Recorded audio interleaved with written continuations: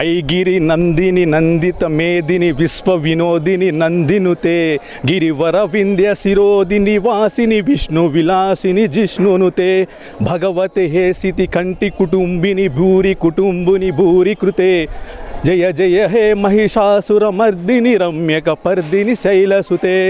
Welcome to VTV. నేను మీ వరప్రసాద్. ప్రస్తుతం మనం విజయవాడలోని కనకదుర్గమ్మ అమ్మవారి సన్నిధిలో ఉన్నాం. అమ్మవారి మహిమల గురించి ప్రత్యేకించి చెప్పవలసినటువంటి అవసరం లేదు.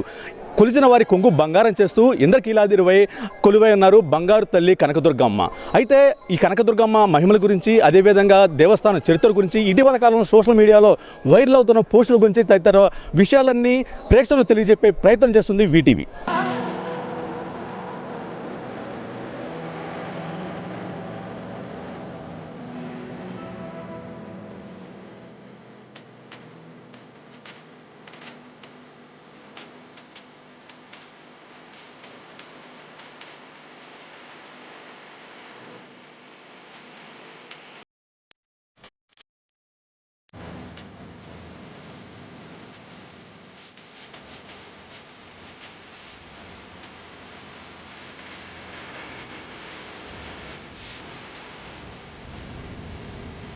శ్రీ దుర్గా మల్లేశ్వర స్వామివార్ల దేవస్థాన అర్చకులు ఉమాకాంత్ గారు ప్రస్తుతం మనతో ఉన్నారు. ఒకసారి ఆయనతో మాట్లాడే ప్రయత్నం చేద్దాం. సార్, అమ్మవారి మహిమ, అదేవిధంగా శతాబ్దాల తరబడి ఉన్నటువంటి ఈ దేవస్థానం యొక్క చరిత్ర విశిష్టత గురించి ఏం చెప్తారు? శ్రీమాత్రే నమః. దుర్గే స్మృత హర్షభీతి మశేషజంతో స్వస్థై స్మృత మతిమతీవ శుభాందదాసి దారిద్ర్య దుఃఖ భయహారిణి కాత్వదన్య సర్వోపకారకరణాయ సదాచిత్తాని యస్యాః పరతరం నాస్తి సా ఏషా దుర్గా ప్రకీర్తిత అని అమ్మవారి గురించి మనం చెప్పనవసరం లేదు.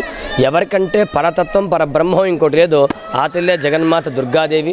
అటువంటి అమ్మవారు విజయవాడ ఇంద్రకీలాద్రి క్షేత్రం పైన ఏ విధంగా అవతరించిందంటే, పూర్వం కీలుడు అనొక యక్షుడు అమ్మవారి కోసం తపస్సును ఆచరించగా అమ్మవారు ప్రసన్నురాలై ప్రత్యక్షముగా అమ్మవారు అడిగిందట, నాయన నీకు ఏ వరం కావాలో కోరుకో నాయన అని అడిగితే దానికి ఆయన ఏం కోరారంటే, అమ్మ నువ్వు ఎప్పుడూ కూడా నా హృదయంలోనే వసించి ఉండాలని కోరుకున్నారట. దానికి అమ్మవారు నీవు తపస్సు చేస్తూ పర్వత రూపాన్ని దాల్చు, రానున్న కాలంలో నీ అభీష్టాన్ని నేను నెరవేరుస్తాను అమ్మ సెలవివ్వడం.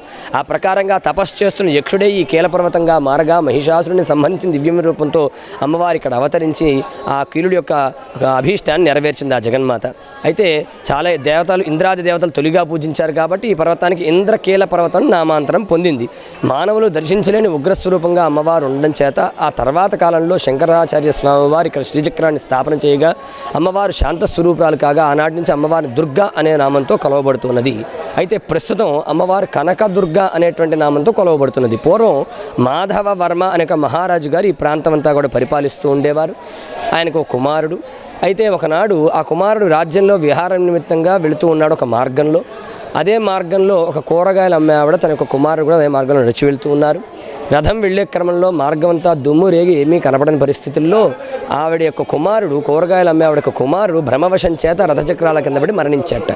ఆ మరణించండి పిల్లవాడిని తీసుకుని వారు సరాసరి రాజుగారి దగ్గరికి వెళ్ళి, రాజా నీ కుమారుడు వల్ల మా కుమారుడు మరణించాడయ్యా, ఏ శిక్ష విధిస్తావో చెప్పవయ్యా అని అంటే, ఆయన ఇంకొక మాట ఆలోచించకుండా అందరికీ ఏ ప్రకారంగా అయితే మరణదండన విధిస్తున్నానో అదే ప్రకారంగా నా కుమారుడికి కూడా మరణదండన విధిస్తున్నాను. రాజుగారు కుమారుని ఉరిశిక్ష వేశారట.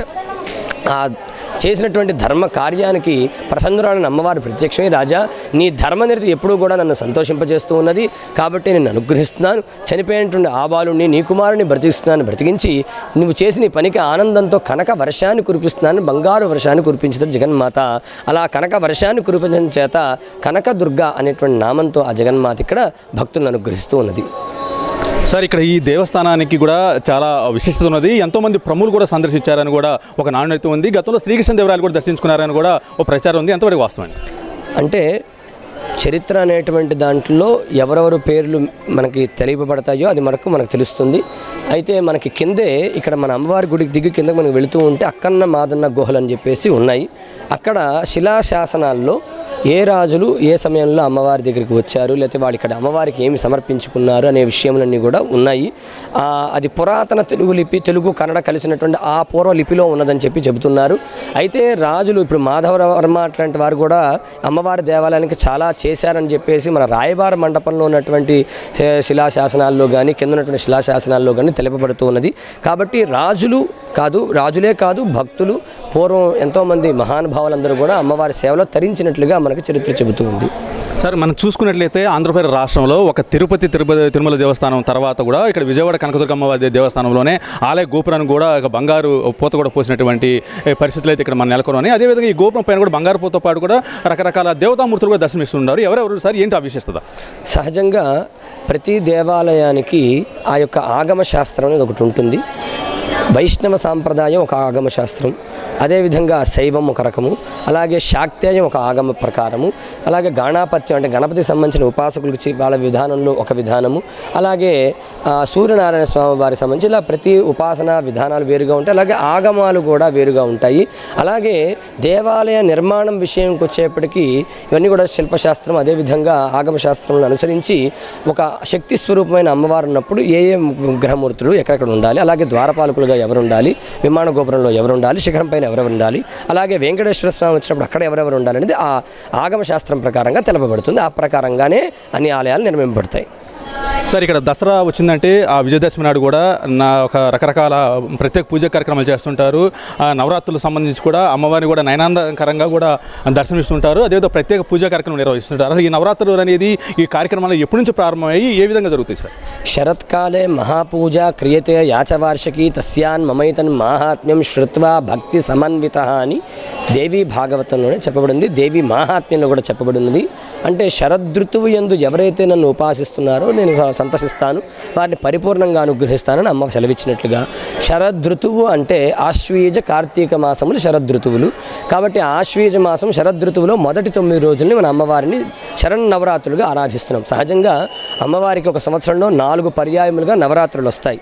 అందులో చైత్రమాసం మొదటి 9 రోజులు అమ్మవారికి వసంత నవరాత్రులుగాను, వారాహి అంటే ఆషాఢ మాసం 9 రోజులు వారాహి నవరాత్రులుగాను, ఈ ఆ శరదృతువు యందు మొదటి 9 రోజులు శారదా నవరాత్రులుగాను, మాఘమాసం మొదటి 9 రోజులు అమ్మవారిని శ్యామలా నవరాత్రులుగాను మనం ఉపాసిస్తూ ఉంటే ఆ 4గిట్లో కూడా అత్యంత ప్రధానమైన నవరాత్రిగా ఈ శారదా నవరాత్రులు అమ్మ ఉపాసనకి ఎంతో ఉపయుక్తమై ఉన్నది. ఆ సమయంలో వాతావరణం కూడా సమతుల్యతగా ఉండడం కోసము, మనలో ఉన్నటువంటి ఇబ్బందులు తొలగించుకోవడం కోసము ఈ ఉపాసన మనం చేస్తున్నామని వివిధమైనటువంటి మార్గముల ద్వారా అమ్మ ఉపాసన చేత వాతావరణంలో ఇబ్బందులు మనం తొలగించుకోగలుగుతాం, మనలో ఉన్నటువంటి కల్మషాలు కూడా మనం పోగొట్టుకోగలుగుతామని ఈ ఉపాసనలు ఏర్పాటు చేసి ఉంచారు. అలాగే మాహాత్మ్యం కూడా చెప్పబడి ఉన్నది.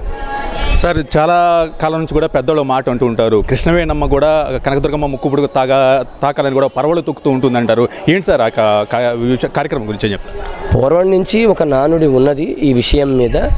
ఏమనంటే ప్రళయాంతం అంటే ఈ జగత్తు సహజంగా ఎలా ఉంటుందంటే ఈ సృష్టి అనేటువంటిది కొంతకాలం సృజింపబడుతుంది. సృజించిన తర్వాత కొంతకాలం నడుస్తూ ఉంటుంది. నడిచిన తర్వాత మరలా లయమైపోతూ ఉంటుంది, మరలా సృష్టింపబడుతూ ఉంటుంది. అలా నడవడమే ఈ జగత్తు యొక్క లక్షణం. ఇదంతా కూడా నడిపించేది ఆ జగన్మాతయే. కాకపోతే ఒక నానుడు ఎప్పటి నుంచో ఉన్నది ఏమిటంటే ఈ యుగాంతం వచ్చినప్పుడు అమ్మవారు యొక్క ముక్కు పుడకని కృష్ణవేణి అంటే జలములు ఇక్కడికి వచ్చి తాగుతాయని, కృష్ణవేణి నది తాగుతుందని ఒక నడుస్తుంది నానుడికి. అది మనం ఇప్పుడు ఎవరో చూడలేము, జరిగేది కాదు. ఎందుకంటే కలియుగమే చాలా ఏళ్ళున్నది. కాబట్టి మనం ఇంకా ఆరంభ దశలోనే 5000 సంవత్సరాల లోపలే ఉన్నాం మనం. కాబట్టి అది ఎప్పటి సంగతో. సార్ ఇటీవల కాలం చూసుకుంటుంటే సోషల్ మీడియాలో కూడా పెద్ద ఎత్తున అంటే ఒక రీల్స్ కానివ్వండి రకరకాల విధంగా కూడా పోస్టులు చేస్తున్నారు. ఏమంటే అమ్మవారు కనకదుర్గమ్మవారు గతంలో ఇక్కడ గ్రామ పర్యటన చేసేవాళ్ళు, విజయవాడ మొత్తం పర్యటిస్తుండేవాళ్ళు. ఒక రిక్షా ఎక్కి కూడా ఇక్కడికి వచ్చిన సందర్భంలో అతనికి బంగారు గాజు ఇచ్చారని కూడా ఒక నాండు ఉంది. ఏం చెప్తారండి? గతంలోనే కాదండి, ఇప్పటికి కూడా అమ్మవారు తిరుగుతున్నారైతే మేము విశ్వసిస్తాం. ఎందుకనంటే శరణాగత దీనార్థ పరిత్రాణ పరాయణే సర్వస్యార్తి హరే దేవి నారాయణ నమోస్తే. శరణుజొచ్చిన వారి యొక్క ఆర్తులు తీర్చడమే అమ్మ యొక్క లక్షణంగా ఉన్న తల్లి ఆవిడ, జగన్మాత ఆవిడే. భక్తులను అనుగ్రహించడం కోసం ఆవిడ ఏ విధమైన రూపంలోనే అవతరిస్తుంది. అది కేవలం ఇంద్రకీలాద్రనే కాదు, ప్రపంచంలోనే ఎక్కడైనా సరే, సృష్టిలో ఎక్కడైనా సరే ఎవరిని ఎప్పుడు అనుగ్రహించాలన్నా అక్కడ అవతరించడమే ఆవిడ లక్షణం. అవతారము అంటే అదే అర్థం. తార అంటే వెలుగున్న చైతన్య స్వరూపం, పరమాత్మ స్వరూపం. అవ అంటే మన కోసం వచ్చి మనం అనుగ్రహించడం. అలా అనుగ్రహించే స్వరూపం కాబట్టి అమ్మవారి యొక్క అవతారములు ఎన్ని అంటే ఇన్ని అని లెక్క చెప్పలేం మనం. నవదుర్గలుగా, సప్త మాతృకలుగా, చతుషష్ఠి యోగిని దేవతలుగా, అలాగే 108 శక్తి భాగముల్లో 108 స్వరూపములుగా, గ్రామ దేవతలుగా ఎన్నో స్వరూపములు, ఇన్ని అని లెక్కలేని అవతారములు ఆ జగన్మాత దాల్చింది. ఎక్కడికక్కడ భక్తులను అనుగ్రహిస్తుంది. కాబట్టి ఆవిడ ప్రత్యక్ష రూపంలో అయినా పరోక్ష రూపంలో అయినా ఎప్పుడు భక్తులను అనుగ్రహించడం కోసం ఆ తల్లి సంసిద్ధంగానే ఉంటుంది. ప్రతి దేవతామూర్తులకు కూడా పలానా రోజు అంటే ఇష్టము, ఆ రోజును పూజించాలి, అదేవిధంగా పలానా ఫలం కానీ పలానా పుష్పం కానీ సమర్పించాలంటారు. అలాగే అమ్మవారికి కూడా ప్రత్యేకమైనటువంటి రోజు ఏదైనా ఉన్నదా, అదేవిధంగా ఎటువంటి పుష్పాలు కానీ ఫలాలు కానీ ఎటువంటి ప్రసాదాలు సమర్పిస్తే మంచిది అంటారు? సహజంగా పరిమళం వచ్చేటువంటి పువ్వులని వాడాలని అర్చనలో ఉంటుంది. అదేవిధంగా నైవేద్యం విషయం మనం లలితా సహస్రనామం తీసుకుంటే అందులోనే గుడాన్న ప్రేతమానస దధ్యన్నాసక్త హృదయ కాకిని రూపధారిణి హరిద్రాన్నేక రసిక అని ఏవైతే ఆహార పదార్థంలో ఇప్పుడు అమ్మవారికి నైవేద్యం పెడుతున్నామో పులిహోర, కట్టె పొంగలి, దద్దోజనం, పరవాన్నం ఇవన్నీ కూడా శర్కరాన్నం ఇవన్నీ కూడా చెప్పబడి ఉన్నవి.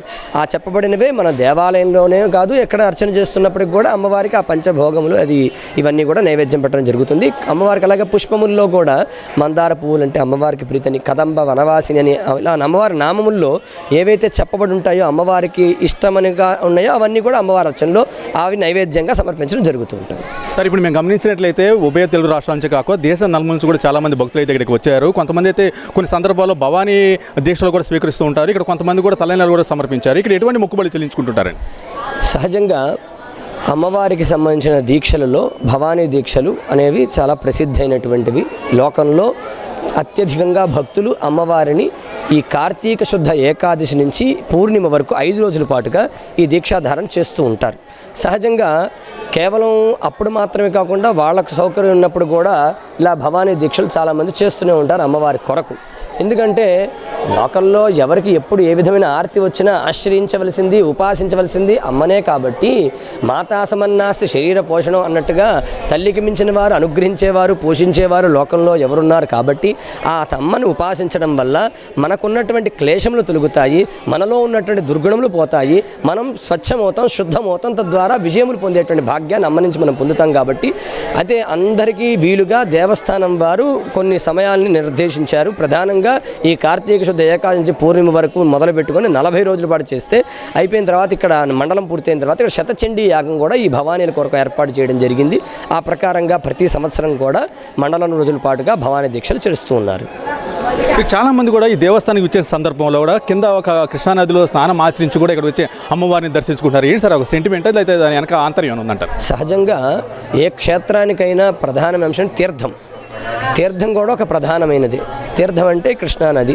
ఆ కృష్ణానదిలో మనం ఆచరించి, ఎందుకంటే మనకు 12 జీవనదులు ఉన్నాయి. గంగే చమునే చేవ గోదావరి సరస్వతి నర్మదే సింధు కావేరి జలేస్మిన్ సన్నిధిం కురాన్ని మనం ప్రార్థన చేస్తున్నాం. కలశారాధన చేసినప్పుడు కూడా ఆ 12 జీవనదులకి పుష్కరములు వస్తాయి. మన అదృష్టవశం, భాగ్యవశం ఏమిటంటే అమ్మవారు సన్నిధిలో ఇక్కడ కృష్ణవేణి నది ఉండడం, చక్కగా ఆ కృష్ణా నది మన 12 జీవనదుల్లో ఒక ప్రధానమైన నది ఉండడం, చక్కగా ఆ తీర్థస్నానం సహజంగా క్షేత్రం కాకపోయినా తీర్థంకి వెళ్ళి స్నానం కూడా చేసి వస్తాం మనం. తీర్థానికి అంత వైశిష్ట్యం ఉన్నది. కాబట్టి ఇక్కడ తీర్థము, క్షేత్రము, పర్వతము అన్నీ కలిసి ఉన్నాయి అమ్మ సన్నిధిలో. కాబట్టి భక్తులకి ఇది చాలా అవకాశము, ఆనందం కూడా. ఇప్పుడు చూసుకుంటే సాధారణ రోజుల్లో కూడా భక్తుల రద్దీ అయితే అధికంగానే ఉన్నది. అధిక సంఖ్యలో భక్తులు కూడా ఇక్కడికి ఇచ్చేస్తున్నారు. అంటే నిత్యం ఎంతమంది దర్శించుకుంటుంటారు? ఏ సందర్భాల్లో కూడా భక్తుల రద్దీ ఎక్కువ ఉంటుందండి? ఏ ప్రాంతాలు చూస్తుంటారు? సహజంగా అర్చకులుగా మాకు సుమారుగా సంఖ్య అయితే ఎగ్జాక్ట్గా తెలియదు, కానీ ఒక 25-30 వేల మంది మినిమంగా వస్తూ ఉంటారని. అలాగే శుక్ర, ఆదివారాలు ఇత్యాది పర్వదినంలో సుమారుగా 80 నుంచి 1,00,000 మంది దాకా, 80,000 నుంచి 1,00,000 మంది దాకా వస్తూ ఉంటారని సంఖ్య అంటూ ఉంటారు. అది వరకు మనకు తెలిసినంత. ఇది సార్ చివరిగా చెప్పండి, ఈ దేవస్థానానికి ఇచ్చేసేటటువంటి భక్తులకు మీరు ఇచ్చేటటువంటి ఆ సందేశం కానివ్వండి, సలహా కానివ్వండి, ఏం చెప్తారండి? మంచి విషయం అడిగారు. ఇప్పుడైతే చెప్పాలనుకుంటున్నాను. ఎందుకంటే చాలామంది మన దేవస్థానమే కాదు, అలాగే ఆంధ్రప్రదేశ్లో ఉన్నటువంటి చాలా దేవస్థానాల్లో దర్శనాలకు నిమిత్తం వెళ్తూ ఉంటారు, లేకపోతే ఆర్జిత సేవల్లో పాల్గొనడానికి వెళ్తూ ఉంటారు. అయితే ఆన్లైన్ సేవల్లో కొంత, లేకపోతే వచ్చి ఇక్కడ బుక్ చేసుకుని కొంత ఇబ్బంది పడుతూ ఉంటారు. అలాంటి వారికి తేలికగా, సులభంగా ఇక్కడ దేవాలయానికి వచ్చి ఇక్కడ దర్శనం వెంటనే చేసుకుని వెళ్ళడానికి వీలుగా, సేవల కోసం, టికెట్ల కోసం లైన్లో నిలబడకుండా సులభంగా చేసుకోవడం కోసం ఆంధ్రప్రదేశ్ ప్రభుత్వం ఒక వాట్సాప్ నెంబర్ని ఏర్పాటు చేసి పెట్టి ఉంచారు.